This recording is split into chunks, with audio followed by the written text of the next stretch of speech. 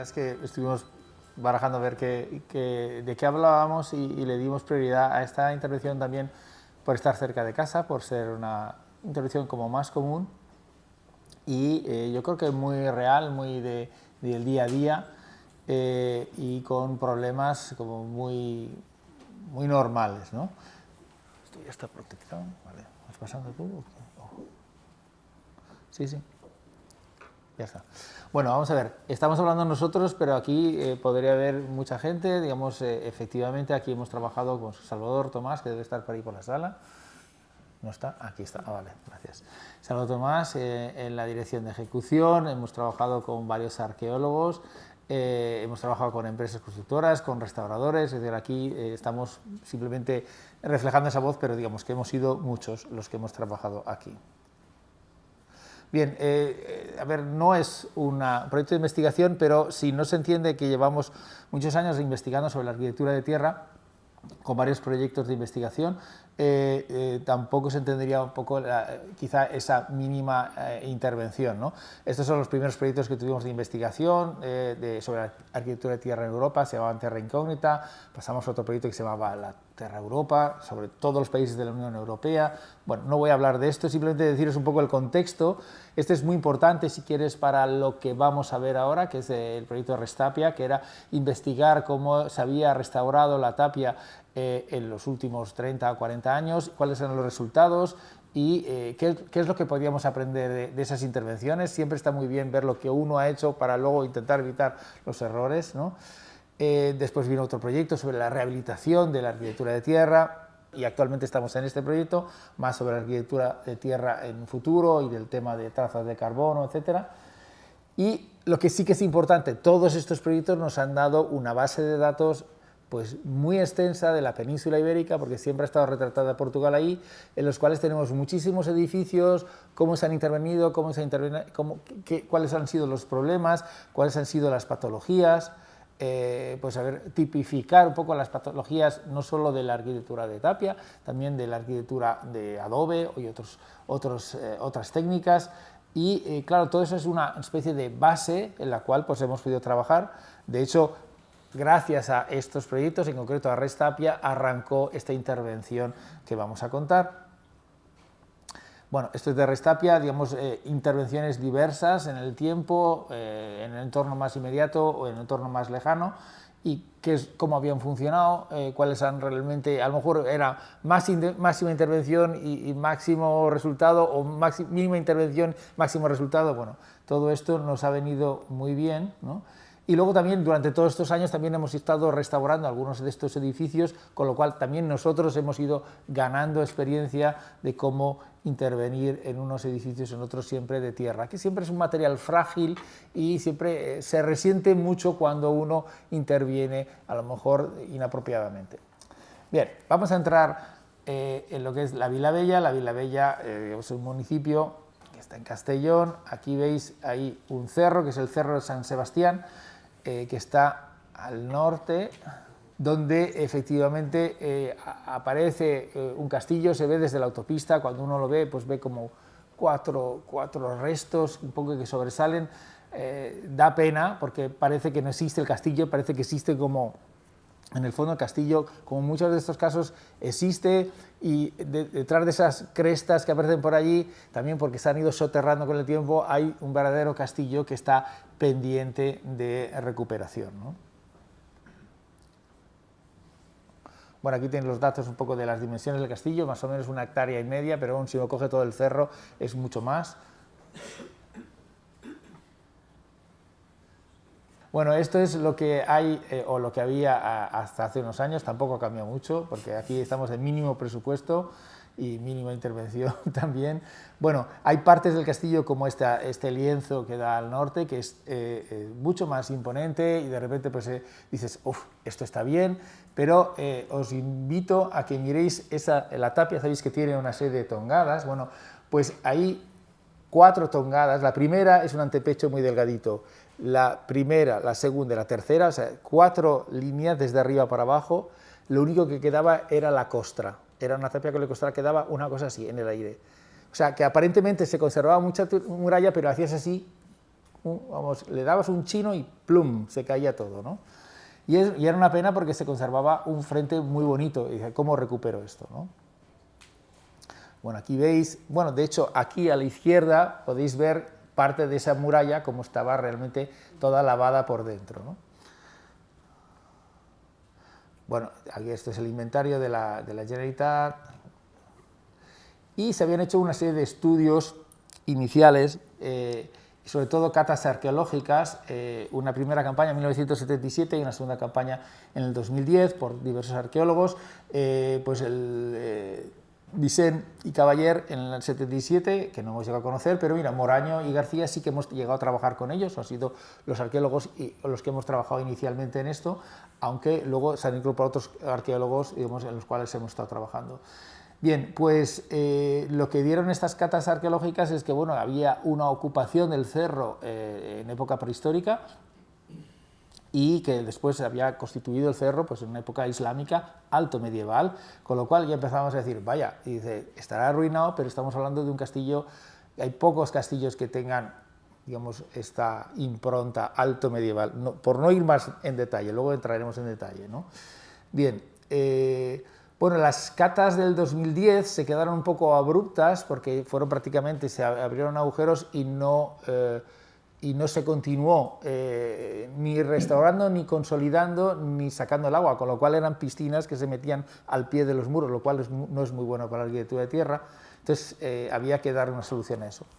Bien, aquí tenéis los levantamientos, cómo se va perfilando un poco el castillo, realmente los restos estaban muy enterrados, ahora sabemos un poquito más de esto, más restos, y la verdad es que no veo nada ahí, pero bueno, no, da igual, o sea, no me lo sé.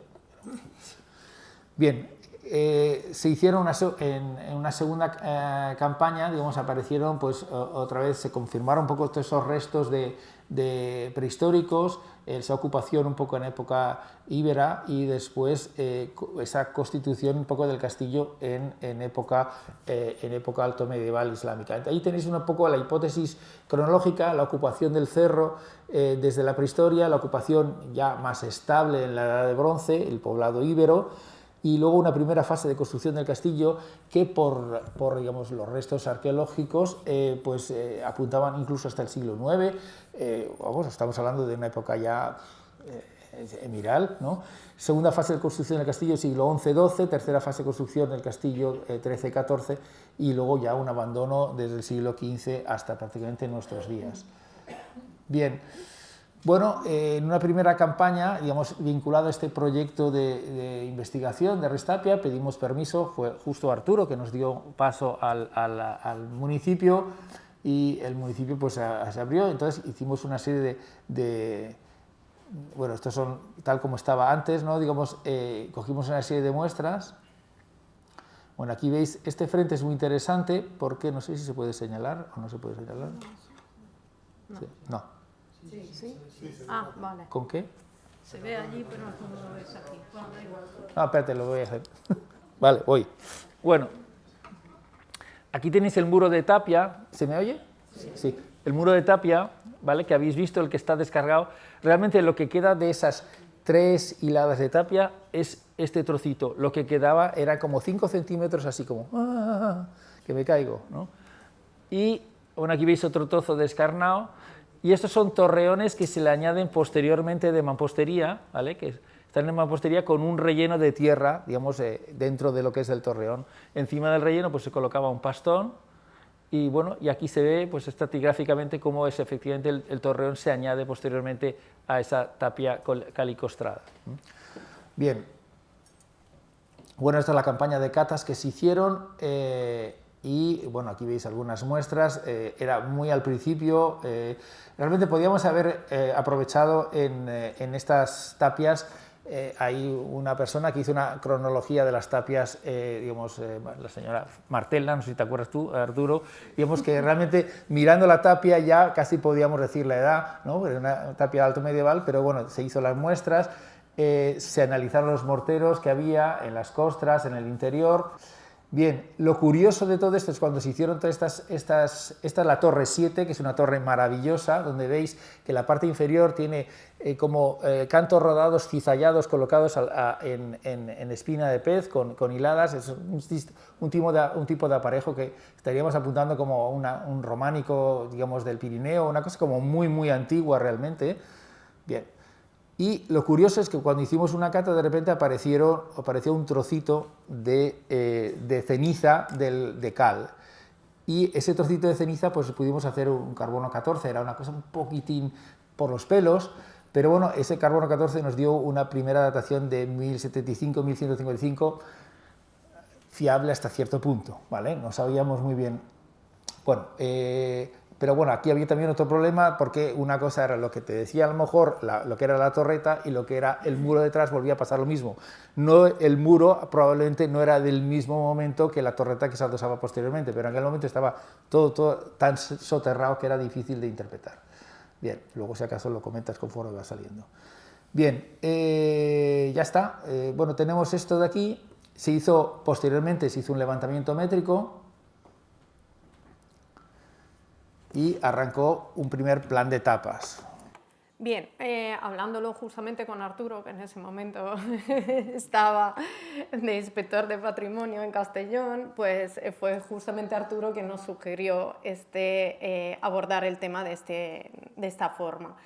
No había dinero para hacer un plan director como tal, y entonces lo que se hizo fue un plan de etapa, ¿no? Un nombre que puso justamente Arturo, como decir, bueno, hagamos un primer estudio vista la situación desastrosa del conjunto y establezcamos unas prioridades, ¿no? Estaba todo tan avanzado a nivel de deterioro que teníamos que decidir por dónde se hincaba el diente, ¿no? Entonces se hizo un estudio global de todos los elementos visibles en aquel momento, y se hicieron fichas de cada uno, de las 7 torres, los 2 torreones, los 7 lienzos, las torretas avanzadas. O sea, estamos hablando de un evento enorme y sin dinero, ¿no? Entonces, bueno, pues se hicieron fichas de todo y se establecieron una serie de prioridades en base a la situación más o menos desastrosa del conjunto.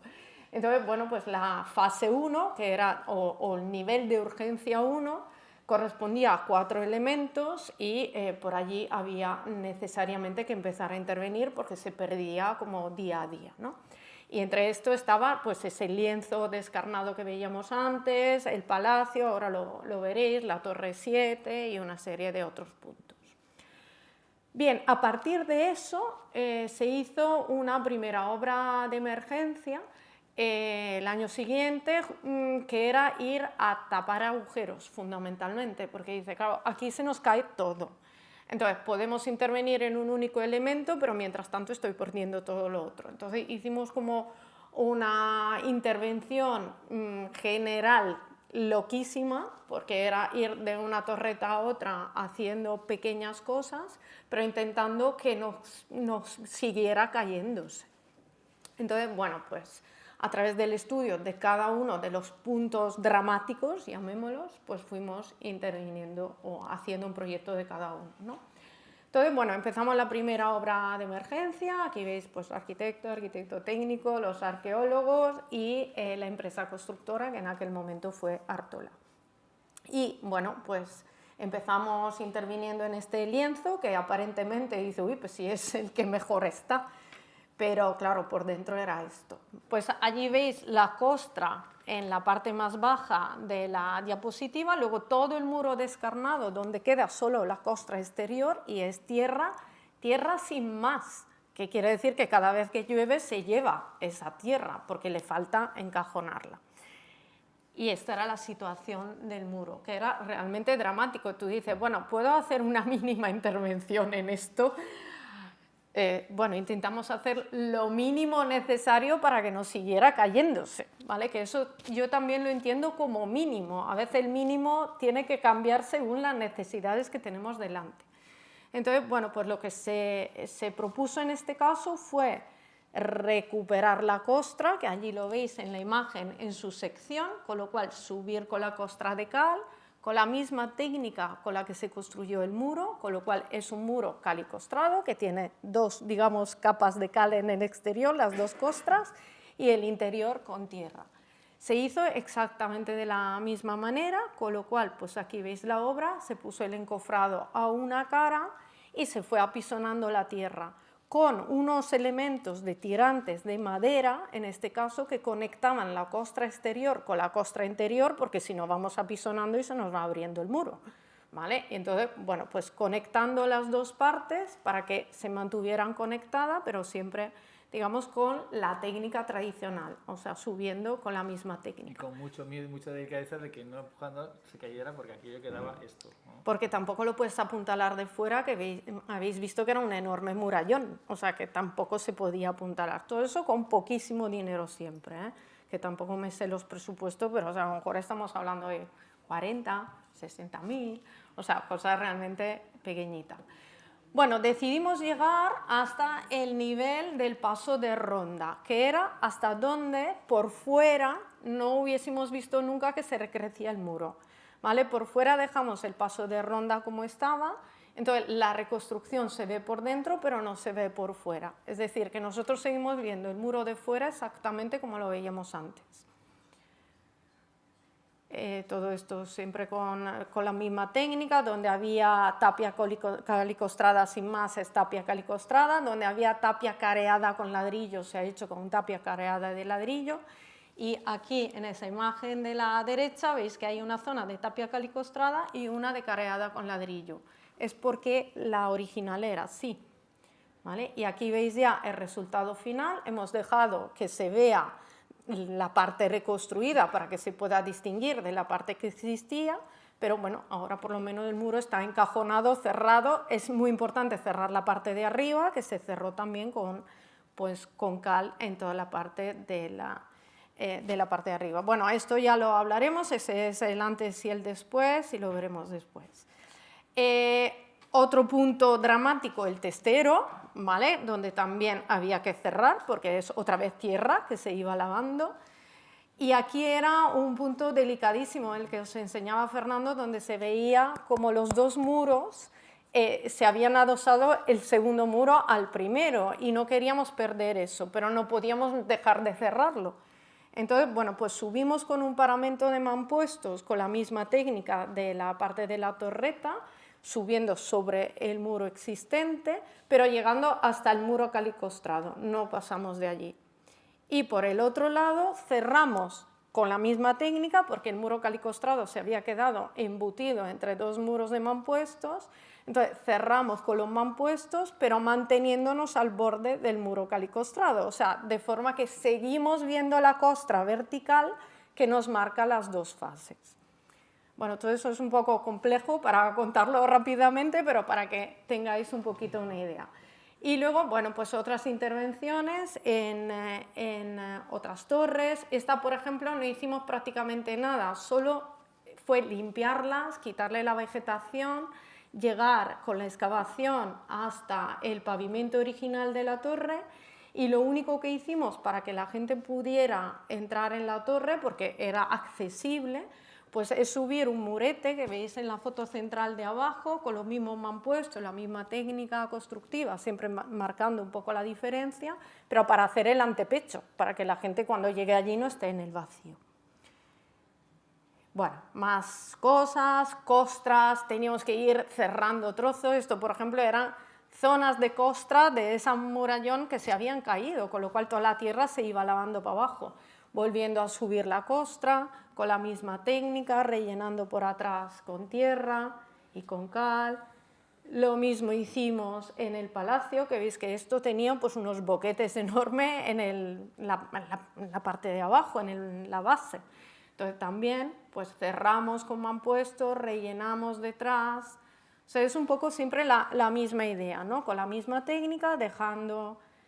Y bueno, esto es el antes y el después. Y luego la primera fase en la Torre 7, que fue desbrozar, tratar de entender lo que hay. Tampoco teníamos mucho dinero para hacer una excavación exhaustiva, con lo cual lo único que tratamos de hacer en este caso es, porque había una excavación de 3 metros de profundidad a la que no se había dejado desagüe. Entonces, pues era como una enorme piscina que se rellenaba de agua cuando llovía y además en el cogote de la torre de tierra, con lo cual era tremendo. Entonces abrimos para que el agua se pudiera ir, pero dejándolo allí para luego excavar en otro momento. Y luego se hicieron pequeñas consolidaciones, un poco aquí, un poco allá. Haciendo esto, la limpieza de esto, encontramos una aguja de madera en la que sí que pudimos hacer un carbono 14 ya en condiciones. Y bueno, pues eso veis la datación, o sea, bueno, entre el 890 y el 950. Más intervenciones que se hicieron en esa fase en todas las otras torres y era siempre lo mismo, era limpiar, consolidar de mínimos, que de mínimos es de mínimo, un mampuesto, un poquito de mortero y la coronación, o sea, de mínimos de verdad, y por eso fue una obra loca, porque claro, la empresa tenía que pasar con todo, con los andamios y con todo, para poner un mampuesto, cambia el andamio, otro mampuesto, o sea, que fue un trabajo realmente complejo, pero bueno, que pensamos que merecía la pena como primer momento. Bien, hicimos luego el plan director, estábamos contando las cosas como iban saliendo, porque al final a veces que uno pues a lo mejor empieza la casa de una manera y luego de otra, pero bueno, fue el momento en que empezamos con el plan director. A ver, ya decía, la Torre 7 que contaba Camila, o sea, ver una torre en la Comunidad Valenciana que no la ves así, sino que la ves así, o sea, que tiene 3 o 4 metros de altura y que es del siglo IX, os daréis cuenta que no sé si es la más antigua, pero debe ser de lo más antiguo que hay en la Comunidad Valenciana, así que os invitamos a hacer la visita, pero la verdad que os podríamos contar las cosas más rápido. Bien, el plan director se dividió por zonas, se seleccionaron las cosas, empezamos ya a conocer el castillo, el trazado, todo lo que sería, digamos, las zonas de intervención. Se hizo un estudio previo con todos los detalles que podéis imaginar de un plan director. También se hizo un estudio, digamos, con la población, digamos que hay población muy metida, muy comprometida con el castillo, población que le da un poco más igual, como pasa en todas partes. Bueno, estos son todo lo que es el levantamiento ya hecho con más detalle, se pasó, se hizo un levantamiento ya como Dios manda. El otro no es que estaba mal, pero digamos que... ¿Esto se pierde aquí? Ah, sí. Vale. El otro no estaba mal, pero digamos, en este caso pues ya pudimos entrar a mayor detalle, a coger y empezar a trabajar en los elementos más concretos, e incluso hacer esta especie de escaneo de todo lo que es la montaña y luego pues de los elementos. Bueno, pues aquí tenéis el estudio de materiales y técnicas constructivas. Es verdad que lo más bonito lo va a contar quizá ella al final de la intervención. Bien. Todo lo que son las patologías, materiales, todas las fichas de cada elemento, porque estamos hablando de 1,5 hectáreas de castillo, es muchísimo, ¿vale? Y otra vez un presupuesto muy reducido, que es lo típico que uno se encuentra en estos casos, fichas de diagnóstico de cada elemento, y después pues un estudio arqueológico. El plan director se hizo mano a mano con los arqueólogos, no los mismos arqueólogos, con otros arqueólogos. Bueno, lo que se hizo, y esto es muy importante, es que se plantó un protocolo diciendo aquí no se excava nada sin consolidar simultáneamente. No podemos ir a excavar, buscar un tesoro, sino cada vez que se excava tiene que haber una consolidación en paralelo y desde luego dar salida al agua, etcétera, ¿no? Bien, el conocimiento histórico en desarrollo en paralelo con la consolidación. Bueno, pues este es el estudio arqueológico marcando una serie de prioridades, aparte del estudio arquitectónico también tenía una serie de prioridades también de decir, ojo que estas cosas son importantes, se están cayendo, ¿no? Por ejemplo, estas torres que veis aquí. Bien. Y luego se hizo pues un cronograma, etcétera. Bien, a ver, lo que sí que es importante, simplemente un momentito, en digamos, estos niveles de intervención, de urgencia, ya prevén todas las zonas verdes, son las que ya se habían intervenido, ¿vale? Entonces, el plan director parte de la intervención ya hecha, con lo cual se identifican algunas partes que todavía necesitan, como la Torre 7, que es la de tierra, que ahora veremos. Y bueno, pues esta es la Torre 7, que la verdad que era un poco la joyita escondida, porque estaba absolutamente bajo tierra, ¿vale? Con lo cual ha habido un trabajo enorme de limpieza, excavación, consolidación. Bueno, estos son los proyectos que lo paso rápido y esta es la obra. O sea, esto es ya una vez hecha la primera fase de consolidación, ¿vale? O sea, Y bueno, y aquí veis, lo paso rápido, pero es un poco todo ese proceso de un montículo de tierra que en realidad tiene una torre, con todas las dificultades que luego lo dejas al aire, ¿vale? Y era un poco lo que estamos diciendo, no es excavar por excavar, sino a la vez que excavo tengo que consolidar, ¿vale? Entonces, bueno, pues esto pues se iba limpiando, se hizo toda la excavación arqueológica y esto es una vez ya limpio el elemento. Con un lienzo todavía de muro, con la parte de torre, y luego pues aquí veis cómo hay un muro detrás y una torre adosada a ese muro. Entonces, bueno, pues eso era también un punto bastante interesante del conjunto, pero veis que está descarnado en muchos puntos. Bueno, esto es ya, digamos, lo que es el apoyo de la torre respecto al muro detrás, y esta era la situación que teníamos, claro, no podíamos dejar esto así. Entonces, ¿hasta dónde recrezco la torre? Claro, hay quien te dice, ¿y por qué no construye la torre? Bueno, porque no sé ni a dónde llegaba la torre, ¿no? Y no voy a reconstruir ahora una torre. Entonces, vamos a ver realmente lo que tenemos que reconstruir para que no se siga deteriorando, no más, ¿vale? Entonces, pues eso era un poco decidir el nivel con esa misma lógica para que no se me vea la parte reconstruida, solo consolido la parte que necesito. Entonces, bueno, pues esto es el mismo proceso que lo otro, con lo cual he encofrado a una cara, porque siempre llego hasta el nivel que tengo, nunca más encima, ¿no? Bueno, conectores, lo mismo, y aquí veis es la parte reconstruida con la misma técnica, que sí que puedo seguir, sé cuál es la parte que he reconstruido, pero digamos que no va más arriba del nivel que yo tenía. Claro, la torre no llegaba hasta allí, evidente. Pero no tengo forma, ¿no?, de construir más arriba. Bueno, esto cierro, rejuntados, la parte de costra que se construye hasta donde llegaba, y luego todo un tema sobre el conjunto, o sea, un tubo que recoge el agua que tiene que desaguar porque no se me tiene que mojar la torre por la parte de atrás. Todo un tema también que empiezas a excavar en la base y no lo tenías previsto y resulta que tienes que recalzar porque ha perdido parte también el muro de base. Entonces, bueno, pues se tiene que recalzar también. Y bueno, esta es la torre una vez, digamos, restaurada. Os paso las fotografías. Veis que es la misma técnica, pero puedo seguir por donde he reintegrado, puedo saber lo que he reintegrado, la esquina, por ejemplo, o la parte central.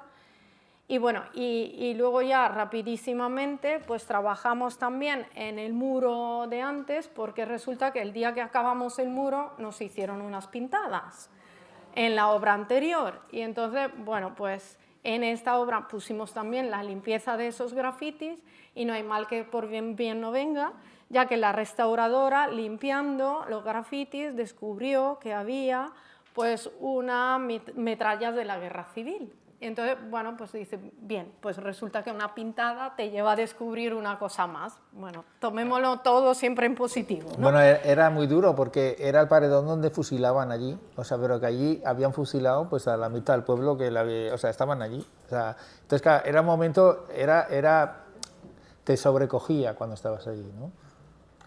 Bueno, luego las noticias que siempre salen, tecnología punta del siglo XXI para recuperar un castillo del noveno. Muy punta, nuestra tecnología no era más tradicional, imposible, pero bueno, todo está bien. Si la gente al final aprecia los bienes, pues que digan lo que quieran, ¿no? Es una forma para que la gente se entere de lo que se está haciendo. Se han hecho, por supuesto, los carteles, visitas y todo. Seguimos teniendo problemas, ¿no?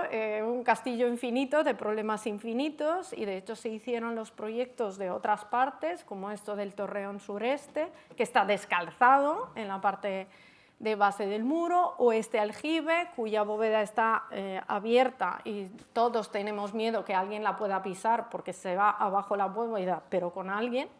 Entonces, eso siempre es un problema. Y esto ya es lo que se está haciendo actualmente.